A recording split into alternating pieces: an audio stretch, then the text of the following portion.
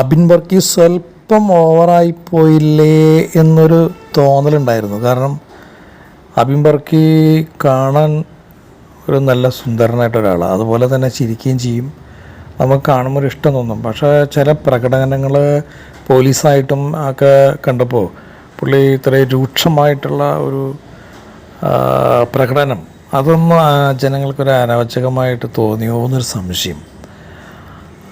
അപ്പോൾ അതുകൊണ്ട് അത് മാത്രമല്ല, ജനങ്ങളിപ്പോൾ നല്ലൊരു സഹിഷ്ണുതയുള്ള, അതുപോലെ രാഹുൽ മാങ്കൂട്ടത്തിൽ ചിരിച്ചുകൊണ്ട് എപ്പോഴും സംസാരിച്ചുകൊണ്ടിരുന്ന ഒരാളായിരുന്നു, ഒരു അരോചകം തോന്നില്ലായിരുന്നു. പക്ഷേ ഇപ്പോൾ അദ്ദേഹം വേറൊരു വീട്ടിൽ വീണിരിക്കുകയാണല്ലോ.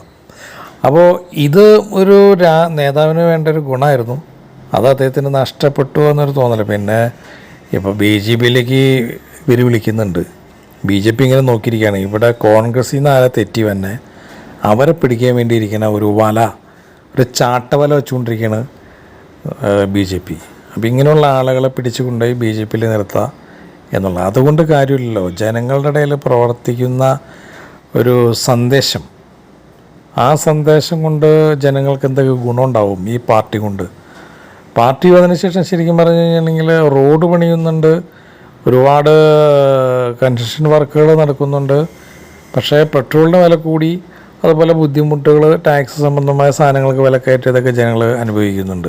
ഒരു തോന്നലുണ്ടാക്കുന്നുണ്ട്, റോഡ് പണിയുടെ ഒരു രീതിയിൽ കുറേ തോന്നലുകൾ, ഭയങ്കര വർക്ക് നടക്കുന്ന എന്നുള്ളൊരു തോന്നലുകൾ ഉണ്ടാക്കുന്നല്ലാതെ അതിലുപരിയായിട്ട് വർഗീയമായ പ്രവർത്തനങ്ങൾ അവർ BJP ഉദ്ദേശിക്കുന്നത് എങ്ങനെയും ഒരു വർഗീയ ചുറ്റുപാടുണ്ടാക്കി ഇവിടെ ജനങ്ങളെ തമ്മിൽ തല്ലിപ്പിടിച്ചാലും കുഴപ്പമില്ല, എന്തൊക്കെ പ്രശ്നങ്ങളുണ്ടായാലും കുഴപ്പമില്ല, നമുക്ക് എങ്ങനെയും ഇവിടെ ഭരണം പിടിക്കണം എന്നുള്ള ചിന്ത മാത്രമേ ഉള്ളൂ. അതാണ് BJP. ഇപ്പോൾ അനിൽ ആൻ്റണിയൊക്കെ പോയിട്ട് ഒരു അഡ്രസ്സ് പോലും ഇല്ല. അപ്പോൾ ഇതിനകത്തേക്ക് പോകുന്ന ആൾക്കാരെ ഗുലാം നബി ആസാദൊക്കെ കോൺഗ്രസിൽ നിന്ന് പോയ ആൾക്കാർ, അവരൊന്നും കാണുന്ന പോലും ഇല്ല. അപ്പോൾ BJPയിലേക്ക് പോയ ആളുകൾ ആരാണിപ്പോൾ? ഈ കോൺഗ്രസിൽ നിന്ന് പോയ ആളുകളൊക്കെ എത്ര പേര് വലുതാക്കിയിട്ടുണ്ട്?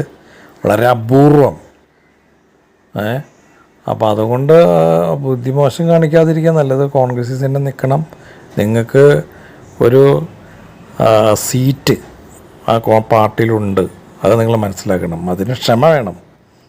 ഒരു ഒറ്റ രാത്രിയുടെ നേരം വെളുക്കില്ലല്ലോ.